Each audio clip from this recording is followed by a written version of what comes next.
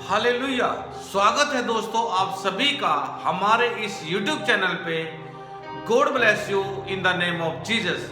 आओ मिलके शुरू करते हैं प्रभु का वचन। और आज हम पढ़ेंगे भजन संहिता 78, भजन संहिता 78 के द्वारा मेरा प्रभु यीशु मसीह आप सभी को आशीष दे in the name of Jesus. Hallelujah. God bless you दोस्तों। आओ शुरू करते हैं परमेश्वर का वचन। हालेलुया। परमेश्वर और उसके लोग। हालेलुया। हे मेरे लोगों, मेरी शिक्षा सुनो, मेरे वचनों की ओर कान लगाओ। मैं अपना मुंह नित्य वचन कहने के लिए खोलूंगा। मैं प्राचीन काल की गुप्त बातें कहूंगा, जिन बातों को हमने सुना और जान लिया और हमारे बाप दादाओं ने हमसे वर्ण किया है, उन्हें हम उनकी संतान से गुप्त ना रखेंगे, परंतु होनहार पीढ़ी के लोगों से यहोवा का गुणानुवाद और उसकी सामर्थ्य और आश्चर्य कर्मों का वर्ण करेंगे। हालेलुया।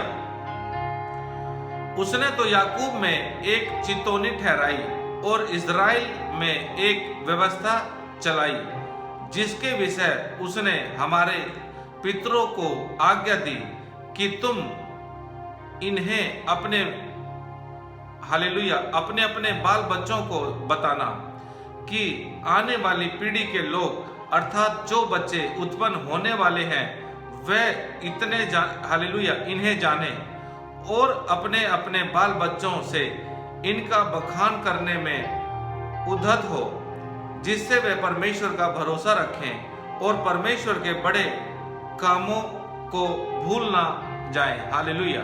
परंतु उसकी आज्ञाओं का पालन करते रहें और अपने पितरों के समान ना हो, क्योंकि उस पीढ़ी के लोग तो हठीले और झगड़ालू थे और उन्होंने अपना मन स्थिर ना किया था और ना उनकी आत्मा परमेश्वर की ओर सच्ची रही है। प्रेमियों ने तो शस्त्रधारी और धनुर्धारी होने पर भी युद्ध के समय पीठ दिखा दी। उन्होंने परमेश्वर की वाचा पूरी नहीं की और उसकी व्यवस्था पर चलने से इनकार किया। उन्होंने उसके बड़े कामों को और जो आश्चर्य कर्म उसने उनके सामने किए थे उनको भुला दिया। उसने तो उनके बाप दादाओं के सम्मुख मिस्र देश के सोवन के मैदान में अद्भुत कर्म किए थे। उसने समुद्र को दो भाग करके उन्हें पार करा दिया और जल को ढेर के समान खड़ा कर दिया। उसने दिन को तो बादल के खंभे से और रात भर अग्नि के प्रकाश के द्वारा उनकी अगुवाई की। वह जंगल में चट्टाने फाड़कर उनको मानो गहरे जलाशयों से मनमाना पिलाता था। हालेलुया। उसने चट्टान से भी धाराएं निकाली और नदियां हालेलुया और नदियों का सा जल बहाया, तो भी वह उसके विरुद्ध अधिक पाप करते गए और निर्जल देश में परम प्रधान के विरुद्ध उठते रहे। अपनी चाह के अनुसार भोजन मांगकर मन ही मन परमेश्वर की परीक्षा की। वह परमेश्वर के विरुद्ध बोले और कहने लगे, क्या परमेश्वर जंगल में मेज लगा सकता है? उसने चट्टान पर मार के जल बहा तो दिया और धाराएं उमड़ चली, परंतु क्या वह रोटी भी दे सकता है? क्या वह अपनी प्रजा के लिए मांस भी तैयार कर सकता है? यहोवा सुनकर क्रोध से भर गया। तब याकूब के बीच आग लगी। हालेलुया। और इज़राइल के विरुद्ध क्रोध भड़का, इसलिए कि उन्होंने परमेश्वर पर विश्वास नहीं रखा था, ना उसकी उद्धार करने की शक्ति पर भरोसा किया।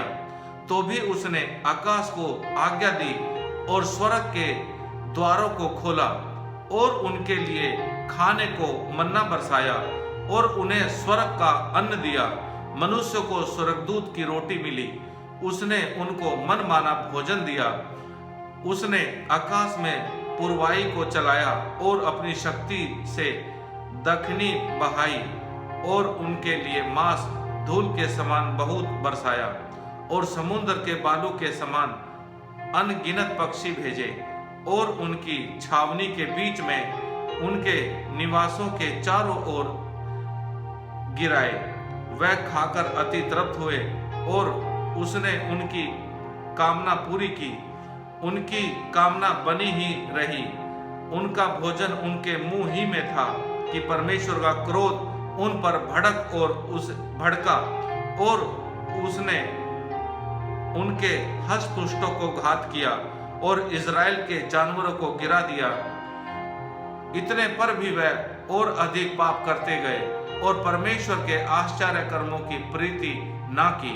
तब उसने उनके दिनों को व्यर्थ श्रम में और उनके वर्षों को घबराहट में कटवाया।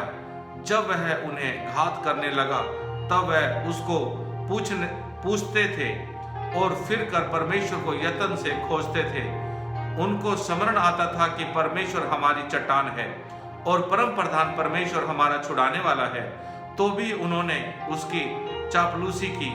वह उससे झूठ बोले क्योंकि उनका हृदय उसकी ओर दृढ़ ना था, ना वह उसकी वाचा के विषय सच्चे थे। परंतु वह जो दयालु है वह उनके अधर्म को ढांपता और उन्हें नष्ट नहीं करता। वह बार बार अपने क्रोध को ठंडा करता है और अपनी जलजलाहट को पूरी रीति से भड़कने नहीं देता। उसको स्मरण रहा कि ये नासमान है, ये वायु के समान है जो चली जाती और लौट नहीं आती। उन्होंने कितनी ही बार जंगल में उससे बलवा किया और निर्जल देश में उसको उदास किया। वह बार बार परमेश्वर की परीक्षा करते थे और इज़राइल के पवित्र को खेदित करते थे। उन्होंने ना तो उसका भुजबल स्मरण किया, ना वह दिन जब उसने उनको द्रोहियों के वश से छुड़ाया था कि उसने कैसे अपने चिन्ह मिस्र में और अपने चमत्कार सोवन के मैदान में किए थे। उसने तो मिस्रियों की नदियों को लहू बना डाला, हालेलुया, और वह अपनी नदियों का जल पी ना सके। उसने उनके बीच में डांस भेजे जिन्होंने उन्हें काट खाया और मेंढक भी भेजे जिन्होंने उनका बिगाड़ किया। उसने उनकी भूमि की उपज कीड़ों को और उनकी खेती बाड़ी टिड्डियों को खिला दी थी। उसने उनकी दाखलताओं को ओलों से और उनके गूलर के पेड़ों को बड़े बड़े पत्थर बरसाकर नष्ट किया। उसने उनके पशुओं को ओलों से और उनके ढोरों को बिजलियों से मिटा दिया। उसने उनके ऊपर अपना प्रचंड क्रोध और रोष भड़काया और उन्हें संकट में डाला और दुखदाई दूतों का दल भेजा। उसने अपने क्रोध का मार्ग खोला और उनके प्राणों को मृत्यु से ना बचाया, परंतु उनको मरी के वश में कर दिया। उसने मिस्र के सब पहलौठों को मारा जो आम के डेरों में पोरूस के पहले फल थे, परंतु अपनी प्रजा को भेड़ बकरियों के समान प्रस्थान कराया और जंगल में उनकी अगुवाई पशुओं के झुंड की सी की। तब वह उसके चलाने से बेखटके चले और उनको कुछ भय ना हुआ, परंतु उनके शत्रु समुद्र में डूब गए। उसने उनको अपने पवित्र देश की सीमा तक इसी पहाड़ी देश में पहुंचाया जो उसने अपने दाहिने हाथ से प्राप्त किया था।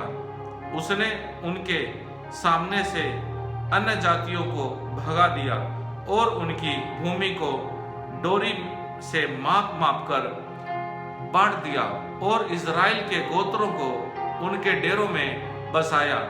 तो भी उन्होंने परम प्रधान परमेश्वर की परीक्षा की और उसे बलवा किया और उसकी चितौनियों को ना माना और मुड़कर अपने पशुओं के समान, हालेलुया, और मुड़कर अपने पुरखाओं के समान विश्वासघात किया।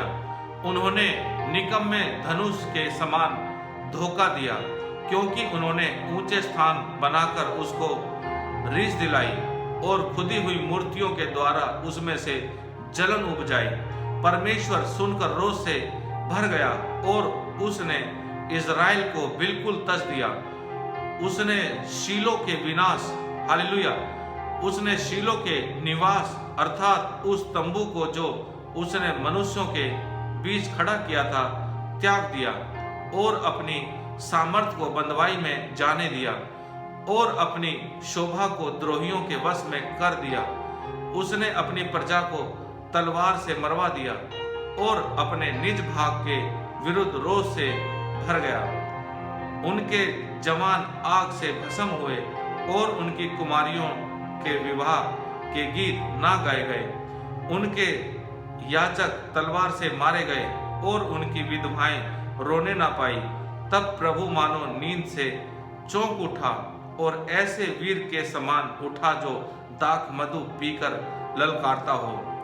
उसने अपने द्रोहियों को मारकर पीछे हटा दिया और उनकी, हालेलुया, और उनकी सदा की नाम धराई कराई। फिर उसने यूसुफ के तंबू को तज दिया और एप्रैम के गोत्र को ना चुना, परंतु यहूदा ही के गोत्र को और अपने प्रिय सिय्योन पर्वत को चुन लिया। हालेलुया। उसने अपने पवित्र स्थान को बहुत ऊंचा बना दिया और पृथ्वी के समान स्थिर बनाया, जिसकी नींव उसने सदा के लिए डाली है। फिर उसने अपने दास दाऊद को चुनकर भेड़शालाओं में से ले लिया। वह उसको बच्चे वाली भेड़ों के पीछे पीछे फिरने से ले आया। वह, हालेलुया, कि वह उसकी प्रजा याकूब की अर्थात उसके निज भाग इज़राइल की चरवाही करे। तब उसने खरे मन से उनकी चरवाही की और अपने हाथ की कुशलता से उनकी अगुवाई की। आमीन, हालेलुया। दोस्तों, जो भी हमने पढ़ा वो भजन संहिता 78 था, 78। भजन संहिता 78 के द्वारा मेरा प्रभु यीशु मसीह आप सभी को आशीष दे। In the name of Jesus, God bless you. दोस्तों, मेरे प्रभु यीशु मसीह का हाथ आपके ऊपर, आपके परिवार के ऊपर, आपके बिजनेस के ऊपर सदा बना रहे, इन द नेम ऑफ जीसस। दोस्तों, अभी बहुत ही जल्द नया साल आने वाला है और ये नया साल आपके लिए अनुग्रह से भरा हुआ हो। हालेलुया। इस नए साल के द्वारा आप परमेश्वर को जानो, सिय्योन पर्वत के समान बनो, इन the name of Jesus. God bless you. दोस्तों, मेरे प्रभु का, मेरे परमेश्वर का छेदा हुआ हाथ आपके परिवार पे बना रहे, आपके बच्चे सिय्योन पर्वत के समान बने, इन द नेम ऑफ जीसस। मेरे गॉड का, मेरे परमेश्वर का अनुग्रह सदा आपके परिवार में बना रहे, इन the name of Jesus. God bless you दोस्तों, हालेलुया। दोस्तों, इस वीडियो को शेयर करो ताकि परमेश्वर का वचन औरों तक भी पहुंचे, इन the name of Jesus. God bless you, hallelujah.